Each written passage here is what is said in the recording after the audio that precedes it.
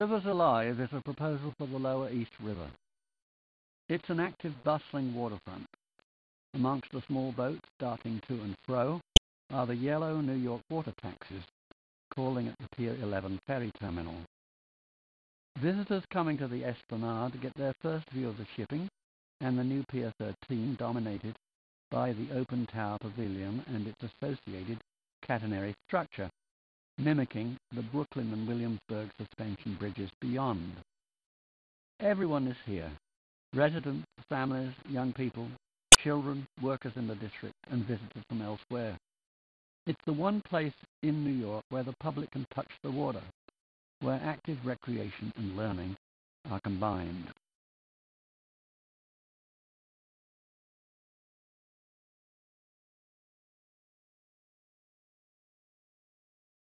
Looking at the district plan, starting at the Brooklyn Bridge and Peck Slip in the north and moving southwards, we come to Fulton Street and South Street Seaport, Piers 17 and 16.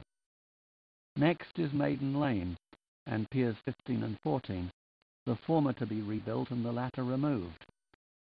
Then it's Wall Street, the heart of the financial district, and Pier 13 scheduled for Rivers Alive, and Pier 11 serving New York water taxi.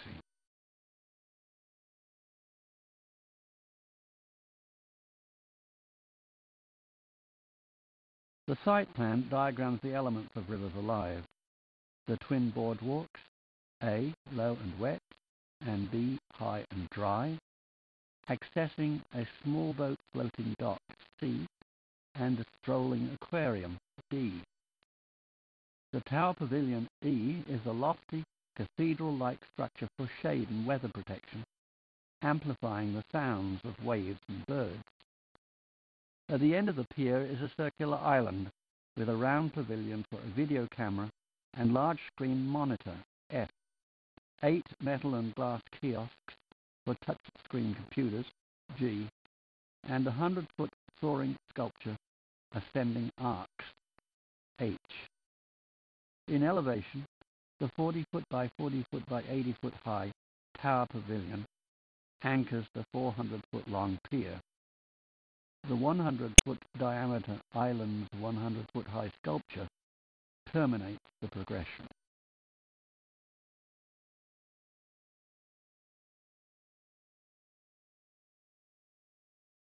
The floating boat dock is reached by descending ramps.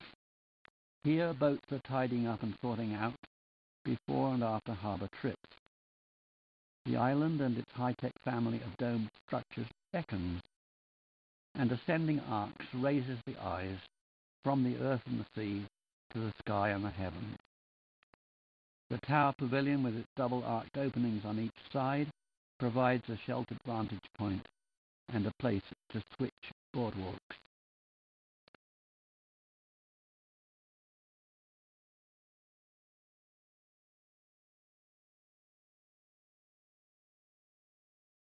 The high and dry boardwalk provides a level way to the island.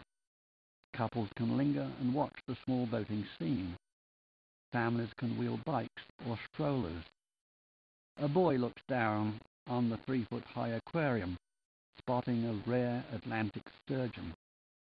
He observes a mother and child with red striped jersey on the low and wet boardwalk on the far side.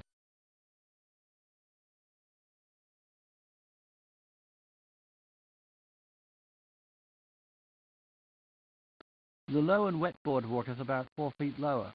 It looks into the side of the aquarium, which is about 7 foot high. The child sees an Atlantic sturgeon, the same or another, maybe 5 to 6 feet long. Besides an American eel, a diminutive lined seahorse, several striped bass, some 6 to 9 inch wide blue crabs, and various blackfish and winter flounders, which in protected waters can attain lengths of 2 to 3 feet. The child's mother has donned a swimsuit with other waders or paddlers who have chosen the wet boardwalk, which floods twice a day at high tide. This shapely bather prefers the deeper water, about 17 inches at the railing, since the deck is crosswalled about 5% much like a natural beach with wooden rocks for resting. She sees ascending arcs through the hangers, cables, and diagonal stiffness of the superstructure.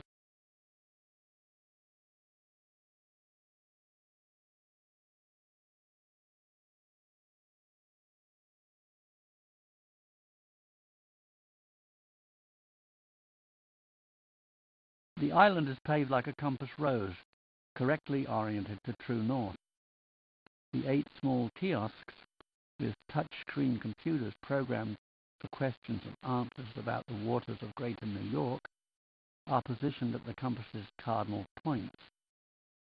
Beyond is the full side view of the Brooklyn Bridge, which, amongst a host of other topics, can be explored through zooming and panning with the video camera and large screen monitor technology in the bell-shaped pavilion for 8 to 10 people, thus extending what the eye can see.